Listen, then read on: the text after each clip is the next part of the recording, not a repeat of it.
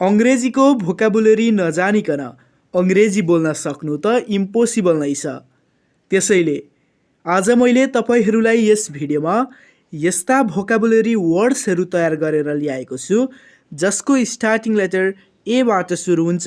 एबाट start हुने वर्ड्सहरूलाई आज हामी मिनिङसहित र यसलाई सेन्टेन्स बनाउन पनि सिक्नेछौँ। त्योभन्दा अगाडि कृपया यो भिडियोलाई एक लाइक गरिदिनु होला र यस च्यानल टेक्निकल नेपाल जीएसलाई सब्स्क्राइब गर्नुहोस् र छेउमा आएको बेल आइकनलाई अन गर्नुहोस्। आउनुहोस् आजको भिडियो सुरु गरौँ। फर्स्ट वर्ड छ एबिलिटी। एबिलिटी यसलाई नेपालीमा भनिन्छ क्षमता। पूजा has acquired the ability to speak English. पूजाले अङ्ग्रेजी बोल्ने क्षमता हासिल गरेकी छिन्। पूजा has acquired the ability to speak English. He has the ability to handle my business. उसँग मेरो व्यापार चलाउने क्षमता छ। He has the ability to handle my business. अर्को छ above. यसलाई नेपालीमा भनिन्छ माथि। Our plane was flying above the clouds. हाम्रो प्लेन बादलको माथि उडिरहेको छ। Our plane was flying above the clouds. अब अर्को वर्ड छ एक्सेलरेट। यसलाई एक प्रोनाउन्स गरी हेर्नुहोस् त एक्सेलरेट। कतिपयले यसलाई एसिलरेट पनि भनेर भन्नुहुन्छ तर यसको सही प्रोनाउन्स हो एक्सेलरेट। यसलाई नेपालीमा भनिन्छ तीव्र गतिमा। Rohit accelerated his car and overtook me. रोहितले आफ्नो कारको गति बढायो र मलाई पछाडि बनायो।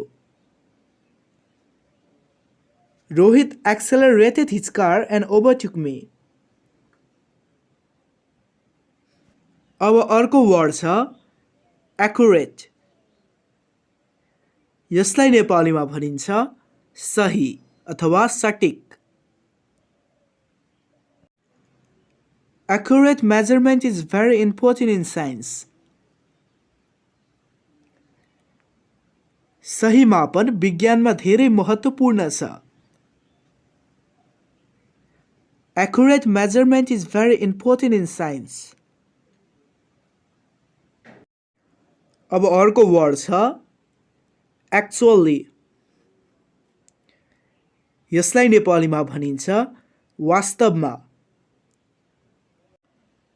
What did he actually do? उसले वास्तवमै के गर्यो? What did he actually do? Actually, I don't want to call her. वास्तवमा म उसलाई कल गर्न चाहन्न। Actually, I don't want to call her. अर्को वर्ड छ एडमिट। यसलाई नेपालीमा भनिन्छ स्वीकार्नु, भर्ना गर्नु। Ria doesn't want to admit that she was wrong. Riya स्वीकार गर्दिन कि ऊ गलत थिए। Ria doesn't want to admit that she was wrong. Nikhil was admitted into the hospital after getting affected from the coronavirus. Corona भाइरसबाट प्रभावित भएपछि निखिललाई अस्पतालमा भर्ना गरिएको थियो। Nikhil was admitted into the hospital after getting affected from the coronavirus. अर्को word छ advance. यसलाई नेपालीमा भनिन्छ अग्रिम या अगाडि। The tenant had to pay the rent in advance to hire the house. घर भाडामा लिनको लागि भाडा पहिले नै तिर्नु पर्यो। The tenant had to pay the rent in advance to hire the house. अर्को छ after all। यसलाई नेपालीमा भनिन्छ जे भए पनि। After all, he is my brother. I will never go against him. जे भए पनि ऊ मेरो दाजु हो, म कहिले पनि उसको विरुद्ध जाने छैन। After all, he is my brother. I will never go against him. अब अर्को चाहिँ वर्ड होइन फेजेज छ। After a long time। लामो समयपछि। He had come after a long time। ऊ लामो समयपछि आएको थियो। He had come after a long time। अब अर्को वर्ड छ अलर्ट। यसलाई नेपालीमा भनिन्छ सतर्क। We should be more alert while driving the vehicles at night। राति गाडी चलाउँदा हामी सतर्क हुनुपर्छ। We should be more alert while driving the vehicles at night। अब नेक्स्ट वर्ड छ एम्बिसन। यसलाई नेपालीमा भनिन्छ महत्त्वाकांक्षा। His ambition is to become a lawyer।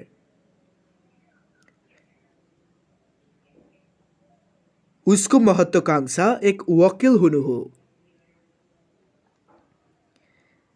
His ambition is to be a lawyer। अब अर्को वर्ड छ एन्सियन्ट। यसलाई नेपालीमा भनिन्छ पुरानो। Rome has a lot of ancient building। रोममा धेरै पुराना भवनहरू छन्। Rome has a lot of ancient building। Ancient customs are dying out quickly। पुराना चलनहरू चाँडै हराउँदैछन्। Ancient customs are dying out quickly। अब अर्को वर्ड छ एन्टिसिपेट। यसलाई नेपालीमा भनिन्छ पूर्वानुमान। I didn't anticipate that my mobile's battery will die। मैले अनुमानै गरेको थिइनँ कि मेरो मोबाइलको ब्याट्री सकिन्छ। I didn't anticipate that my mobile's battery will die। अब अर्को वर्ड छ एन्जाइटी। यसलाई नेपालीमा भनिन्छ चिन्ता। I felt some anxiety in her voice। मैले उनको आवाजमा केही चिन्ता महसुस गरे। I felt some anxiety in her voice। अब अर्को वर्ड छ एपोलोजाइज। यसलाई नेपालीमा भनिन्छ माफी माग्नु।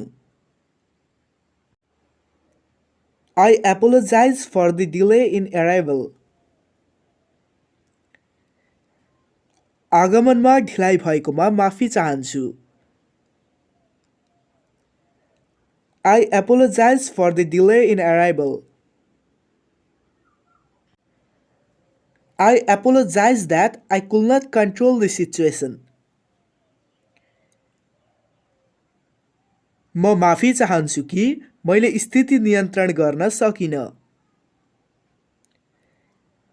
I apologize that I could not control the situation.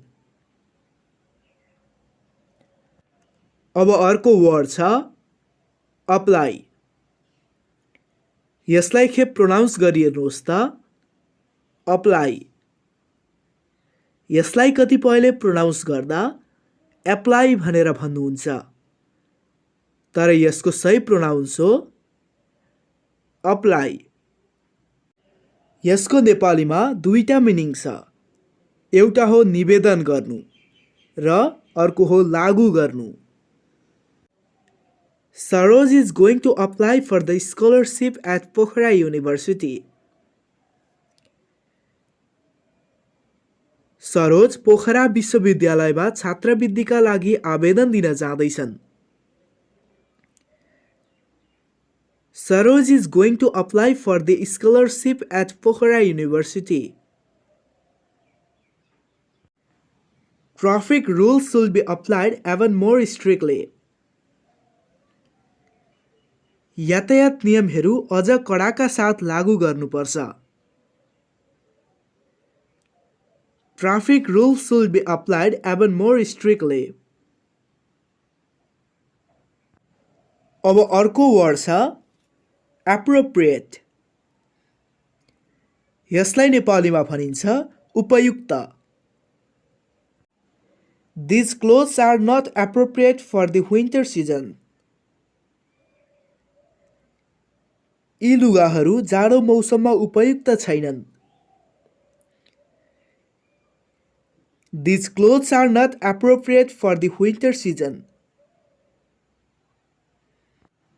अब अर्को वर्ड छ एप्रोक्सिमेट। यो वर्डलाई प्रोनाउन्स गरिहेर्नुहोस् त। एप्रोक्सिमेट। यसको नेपाली मिनिङ हुन्छ अनुमानित। What is the approximate price of that mobile? त्यो मोबाइलको अनुमानित मूल्य के हो? What is the approximate price of that mobile? अब अर्को वर्ड छ अरेन्ज। यसलाई नेपालीमा भनिन्छ व्यवस्था गर्नु। Books are arranged in the library according to their sizes. पुस्तकहरू तिनीहरूका आकार अनुसार पुस्तकालयमा व्यवस्थित छन्।